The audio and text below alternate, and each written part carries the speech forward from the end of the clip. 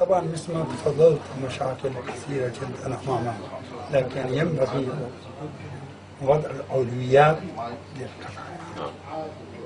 أهم الأولويات مثل ما تفضلت أنت قبل قليل حركة تنموية، كأن الحكومة حسب تصرف حسب ما يجري خلف الكواليس أن تعارض بها، لكن أنا أرى ما عند الشعب أنهم عقدوا يضغطون على هاي ورقة المسكين.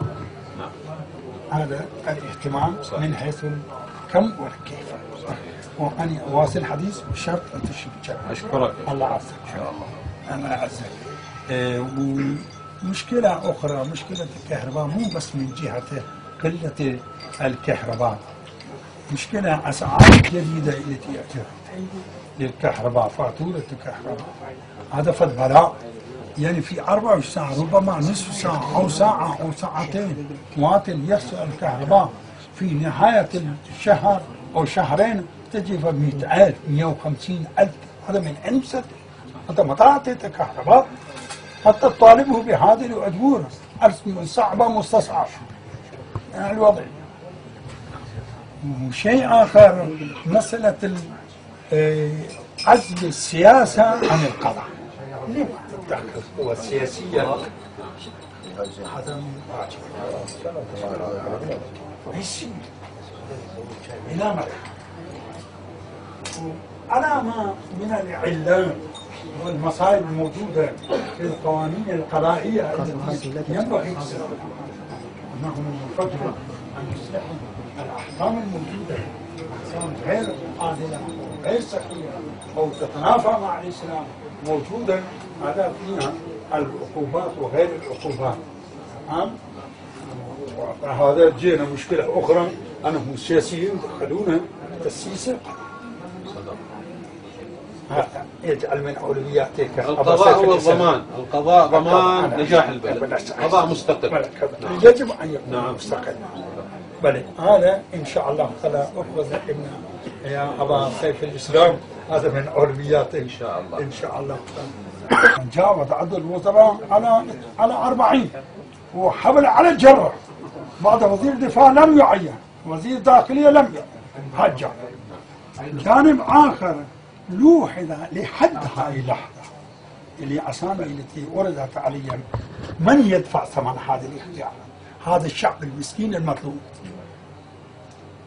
ليش هالوضع؟ كهرباء، أول كهرباء ما عندك، هذا ثم تزود وتكسر من الوزراء فوق 40 سنة. هاي أمريكا كم وزير يا أخي؟ هاي الصين كم وزير عندك؟ فقط في العراق الذي ما يصير ولاية من ولايات الأمريكية يكون فوق 40 وزير. طيب ايش قدر مخصصات انت لا توافق عليه؟ انت مفتاح الدولة وعلك له ولحمايته، كم سيارة مصفحة وكم كذا وكذا، هذا من عين؟ من جيب الشعب المحتوم. وهالبطالة التي هذا وصلت إلى حد هذا اقتناع. وتعال كهرباء ادفع هاي فاتورة هاي عالية، مسكين فلوس ما عنده يشتري طماطم، وانت ب 24 ساعتين ما تعطي كهرباء. ياك وزير الكهرباء. سماحة الشيخ، احنا يوم الأحد سيأتي وزير الكهرباء إن شاء الله. يعرف يشتغل كهرباء، يعرف كهرباء شنو، هو وزير يعرف معنى كهرباء شنو. لا خبير إن شاء الله، الوزير سيكون خبير يعني واختيار جيد. أنت كل شيء تفضل زين، هذا أنه محاسبة ومراقبة الدولة من أسس الإسلام. إذا ما بدأ إصلاح من نفس المصلح مستحيل أن يكون مصلحا للآخر. تمام؟ بالله عليك سأل في التاريخ سياسي يكون له تقاعد، سياسي يجي بالانتخابات يقعد على الكرسي وانتهت مدة له، هذا مدة السلطة مالته كذا، ثم يكون له تقاعد لأولاده لأطفاله صاير هذا. يعني تقصد النواب سماحة؟ نعم. هم إخوتي وأولادي وبناتي، هذا الله يستر عليهم من الصايرة. بالله عليكم سامعيها؟ ليش؟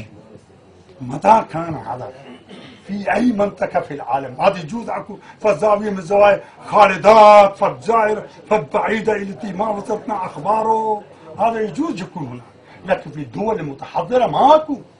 ليش سمي نفسها متحضره؟ ماكو. يعني للسياسي تقاعد يا اخي. بس اول نبدا بمحاسبه انفسنا ان شاء الله ان شاء الله في مجلس هذا نواب. يا متى هذا القانون لما أسس؟ هو الان قانون لتقليل الرواتب سيكون ان شاء الله. لا مو تقليل، لا التقاعد. افهم التقاعد هذا موضوع آخر. تقاعد. لكن تقليل يعني هو الرواتب تقاعد ما يصير يا اخي. 4 سنوات هو قاعد على الكرسي واخذ ما اخذ، يكون اولاده هو وقاعد بالبيت بعد ما يشتغل هذا، لانه يجي كذا. لازم المحافظين هم يشيلوا رواتب. لا يصدق انا مع اخوه دائما هو مبتلى به وانا مبتلى به، وهذا سهل مع المحافظين. لسه نبدا من القمه بس هم ما جاهز. هذا ان شاء الله يكون محط نظر سماحة الشيخ. بالله عليك. هو يعني اذا نتكلم في دول كثيره تنطي يعني تقاعد، ولكن يجوز المبالغ مو كبيره. احنا عندنا المبلغ يعني 80% من الراتب الاصلي، ولكن ليش؟ بأي قانون هذا؟ هو شنو اذا يسمحوا لي استاذنا الفاضل، الان بعض الموظفين يشتغلوا 30 سنه 40 سنه اقل اكثر حسب رتبته الوظيفيه، ويحصل على تقاعد زهيد جدا او شيء يعني ما يسد رمقه، ثم يقول لك انا مقابل وظيفه لمده 4 سنوات سواء كان في مجلس النواب او في مجلس المحافظه لمده 4 سنوات ما تزيد عن 4 سنوات، يجي يحصل على راتب تقاعدي مال مدير عام او اكثر من مدير عام الى مدى حياته يبقى. وهذا اللي 25 سنه او 30 سنه خدم الدوله وخدم الشعب، و300 الف دينار و200 الف دينار مقابل. فاكو جاي يصير مشكله بالشارع، تحسس كبير بين بالحقيقه داخل الشبكه الحكوميه اللي هي 4-5 ملايين موظف، اكو ميزه مجموعه موظفين من الموظفين الحكومه مميزين والباقي كلهم يعني ميزاتهم محذوفه بهذه القضيه. هذه اللي يعني تثير القضيه. ان شاء الله هذا يكون محط نظر ومراجعه ان شاء الله. هذا من باب محاسبة النفس، يعني مجلس يحاسب نفسه. حاسبوا انفسكم قبل ان تحاسبوا. احسنت الله عزيز. وشيء اخر وهو جانب الصحة، هذا مو واضح.